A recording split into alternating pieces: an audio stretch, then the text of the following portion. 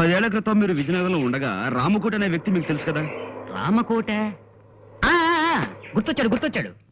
కళావుడు 8లాగా నల్లగా గుమ్మటంలా ఉండేవాడు. అతను పాపం పేకాడాడు కాదు. మేము పూల్ గేమ్ ఆడుతుంటే పక్కన కూర్చుని స్కోర్ వేస్తున్నాడు ఓపిగ్గా. ఆయన ప్రస్తుతం ఎక్కడున్నారండి? ఎక్కడ లేడు బాబు. లైఫ్ మిడిల్ డ్రాప్ చేసేసి అర్ధాంతరంగా పైకి వెళ్ళిపోయాడు. ఆయన భార్య పిల్లలు? భార్య అంటే గుర్తొచ్చింది. ఇస్పేటు రాణిలా కళకళలాడుతూ ఉండేది. ఆవిడ అకౌంట్ అయిపోయిందనుకో. మరి పిల్లలు? పిల్లలు రాజమండ్రిలో సెటిల్ అయ్యారు. రాజమండ్రిలో ఎక్కడున్నారో ఏమో తెలియదండి. రామకోటి మాత్రం దేవీ చౌక్ సెంటర్ లో ఏదో బట్టల గుట్లో పనిచేసేవాడని విన్నాను. రామకోటి గారు పోయి చాలా కాలం అయిందండి. ఆయన మా నాన్నగారు మంచి స్నేహితులండి. ఆయన పోయారు అది నాకు తెలుసు అనుకోండి, కానీ ఆయన పిల్లల్ని కలుసుకోవాలి. వాళ్ళతో మీకేం పనండి? అది మా నాన్నగారు వాళ్ళ నాన్నగారి దగ్గర 30 ఏళ్ల క్రితం సోడా కని అర్ధం అప్పు తీసుకున్నారట. ఆ బాకీ తీర్చేద్దామని. అర్ధన అప్ప? ఈ రోజుల్లో కూడా మీలాంటి వాళ్ళు ఉన్నారంటే. ఎదురుగానే ఉన్నాను కదండి, నమ్మచ్చుగా. సరేనండి, ఇంతకీ ఆయన ఎక్కడుండేవారో చెప్పండి. దానవైపేటలో చిన్న గాంధీ బొమ్మ పక్క సందులో ఉంటూ ఉండేవారండి. మరి ఇప్పుడు ఆయన పిల్లలు? వాళ్ళు ఎప్పుడో ఈ ఊరు వెళ్ళిపోయారండి. ఆయనకి పిల్లలు ఎందరో చెప్పగలరా? 2 కొడుకులండి. ఇద్దరు సొంత కొడుకులేనా? ఒక్కద్దె కొడుకు లేడా? గణపతి, ఆ పిల్లల పేర్లు ఏమిటో చెప్పగలరా? ఒకడు కళ్యాణ్ అండి, ఒకడు పట్టాబండి. పట్టాభి నేను కలిసి చదువుకున్నామండి.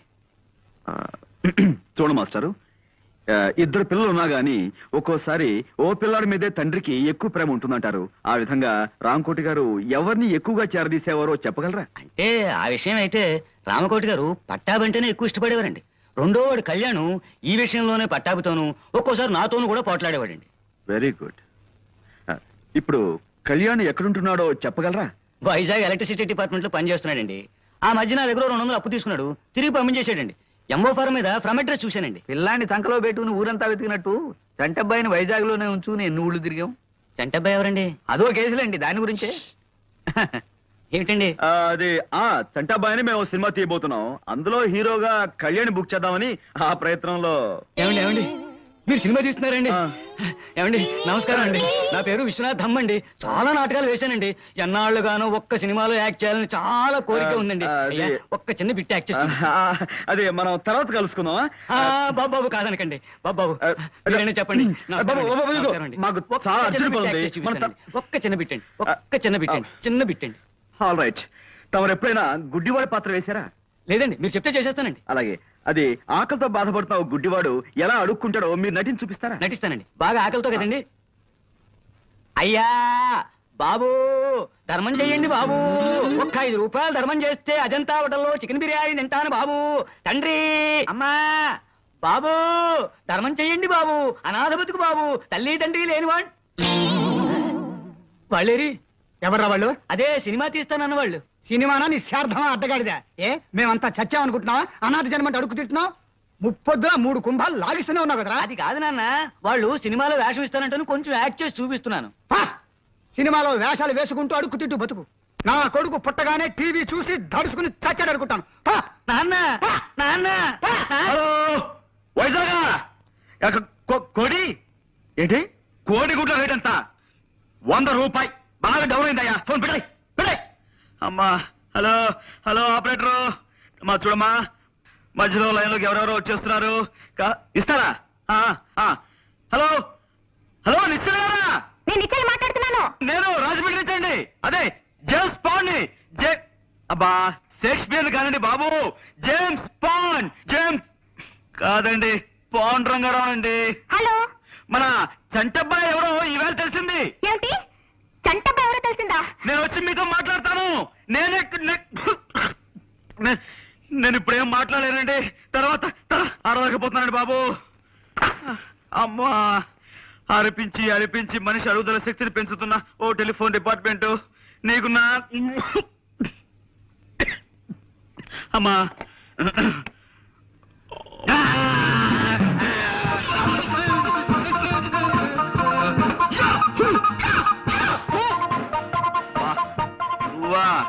ఇదేమిట్రా, నువ్వు రాజమండ్రి దాకా వచ్చేసావు? మా ఊరు ఇదే బాస్. మీరు అక్కడ ఊళ్ళో లేరు కదా అని నేను సెలవు పెట్టి ఈ ఊరు వచ్చాను. వేరే ఇక్కడికి వచ్చిన తర్వాత తెలిసింది మీరు ఇక్కడ ఉన్నారని చెప్పి ఓసారి డ్యూటీ చేద్దాం అనిపించి వచ్చాను. నువ్వు నీ డ్యూటీ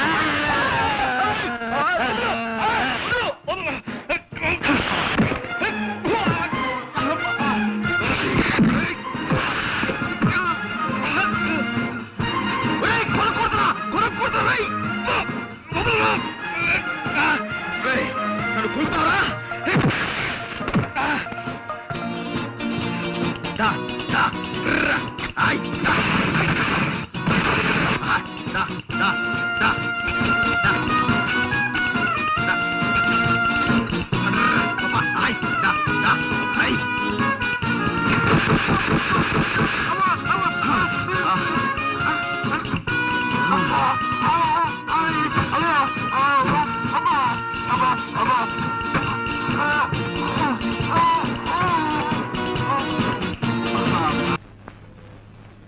నమస్కారం ఎన్టీఆర్ గారు.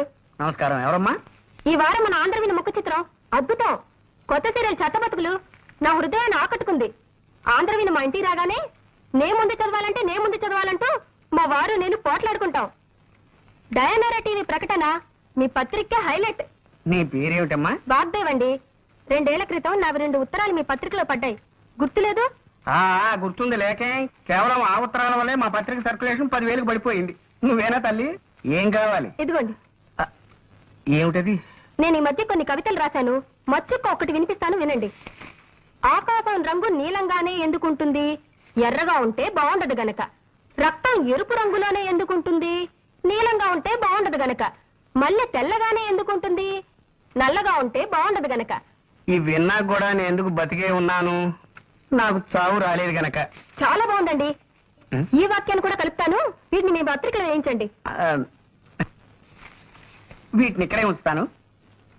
నేను ఇంకా పత్రిక నడపలేం అని గట్టిగా నిర్ణయించుకున్నాక మీ కవితలు చివరి సంచికలో వేస్తాం.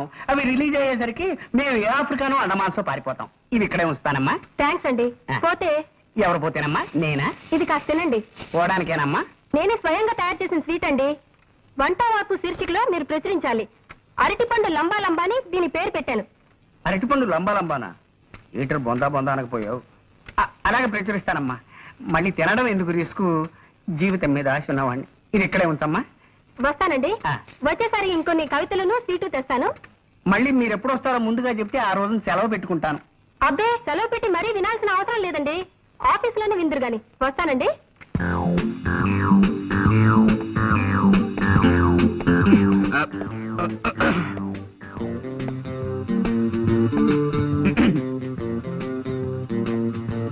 ఎవరు? Call me Pond, James Pond. Pond's పౌడరా? మాకు అక్కర్లేదు. ఎక్స్క్యూజ్ మీ, నేను పౌడర్ అమ్మేవాడిని కాను. నేరస్తుల ముఖల్ని పౌడర్ చేసేవాడిని. ప్రైవేట్ డిటెక్టివ్ని. ఏమండి, ఇలా రండి. ఏ paper writer? No, I'm Pond, James Pond. I'm Kalyan. Oh, nice meeting you. ఈ ఇల్లు మీ సొంతమా? లేదండి, అద్దిల్లే. వాళ్ళు అడిగారు? ఏదో ఒకటి అడగాలి కదా. కూర్చోండి. Let's come to the point. మీకు గంగాధరం గారు తెలుసా? ఏ గంగాధరం? యు ఆర్ రైట్, ఏ గంగాధరమే. ఆయన ఈ ఊళ్ళో పెద్ద business magnate. Devayani asbestos limited, Gangadharam textiles, సెమిస్టార్ షుగర్స్, ఇలాంటి పెద్ద పెద్ద కన్సర్న్స్ కి ఆయన ఓనర్. విన్నాను. ఏ? ఆయన నాకు అప్పగించిన పని మీద మీ దగ్గరికి వచ్చాను. ఏమిటి అలా డల్ గా ఉన్నారు? వారం రోజులు బట్టి వరుసగా టీవీ చూస్తున్నారా? లేదే, ఎందుకలా అడిగారు? ఎంతటి ఆరోగ్యవంతులైనా సరే వారం రోజుల పాటు వరుసగా టీవీ చూశారంటే అతనిలో జీవకళ చచ్చిపోయి ప్రేతకళ బయటపడుతుందని నా గట్టి నమ్మకం. బాగుందండి. ఏమిటి ఇదే? కాదు, వీరి మాటలు. పర్వాలేదు. పుట్టేటప్పుడు మనిషికి జీవకళ, పోయేప్పుడు అదే మనిషికి ప్రేతకళ, మధ్యలో ఈ షోకులెందుకే శశికళ, నీకు కూడా వద్దు చంద్రకళ. పాపం, నా బతుక్కి ఒక మరకల, నా గుండె మీద చురకల, నా జీవితం అనే పాలగిన్నె మీద ఇంత మందంగా కట్టిన తొరకల.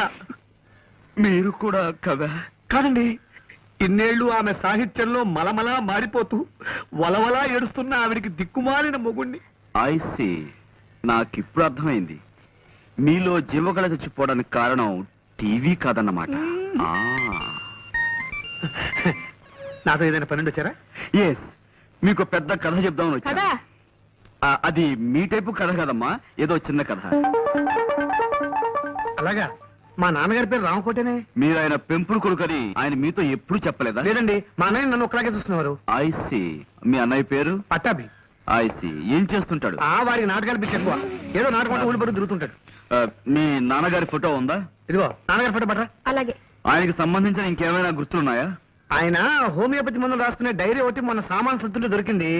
దేవి నాన్నగారు డైరీ కూడా పట్రా. ఆ రెండు నేను తీసుకెళ్తాను. కొన్ని పాయింట్లు వెరిఫై చేసుకున్న తర్వాత తిరిగొచ్చి మిమ్మల్ని గంగాధరం గారి దగ్గర తీసుకెళ్తాను. అలాగే వారికి థ్యాంక్ యూ. ఏమిటో జరిగిందంతా విన్నాక ఆశగా నాకు ఒక కవిత వచ్చేస్తుందండి.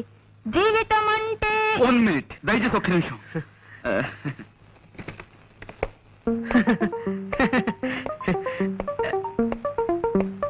ఏ చెప్పుకోండి. వీడే రావుకోటి. ఈ చేతిరాత గుర్తుపట్టగలరా? ఇది వాడి రాతే. వాడు రాసిన ఉత్తరాలన్నీ ఇంకా నా దగ్గర భద్రంగా ఉన్నాయి. అవును, ఇవన్నీ ఎక్కడ దొరికినాయి నీకు? కళ్యాణ్ అనే ఒక అతను ఇక్కడే ఈ ఊళ్ళోనే ఇంజనీర్ గా పనిచేస్తున్నాడు. అతనే మీ చంటి అబ్బాయి అని నా ఉద్దేశం. ఈ ఊళ్ళోనా? చూసావా అమ్మా? ఒళ్ళో బిడ్డ నుంచుకొని ఊరంతా వెతికినట్టుంది. మరి వాడిని తీసుకురాలేదేమయ్యా? సార్, ఏ విషయం 1-2 సార్లు వెరిఫై చేయందే నేను నిర్ధారణకు రాను. మీతో సంప్రదించి మీ చంటి అబ్బాయిని సాయంత్రం మీ ఇంటికి తీసుకొద్దాం అనుకుంటున్నాను. అలాగే, తప్పకుండా వాడే మా వాడై ఉంటాడు.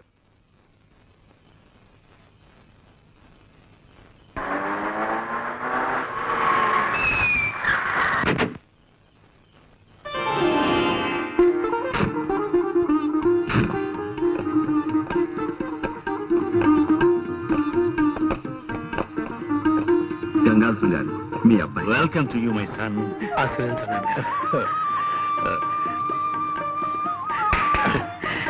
బాబు, థ్యాంక్ యూ వెరీ మచ్. మీ కోడలు వాగ్దేవి. God bless you. బాబు, నా చేతుల మీదుగా మీ పెళ్లి జరిపించవలసిన వాడిని. ఇన్నాళ్ళు నేను దూరం చేసుకున్నందుకు సిగ్గుపడుతున్నానయ్యా. ఇప్పటికైనా మీకు దగ్గర ఎందుకు చాలా ఆనందంగా ఉంది నాన్నగారు. You are great my son, you are great. Friends, this is my son Kalyan. బాబు, నీ చెల్లెలు డాక్టర్ నిశ్చయ. హలో అన్నయ్య. బాగున్నావు? రండి లోపలికి వెళ్దాం. రా బాబు.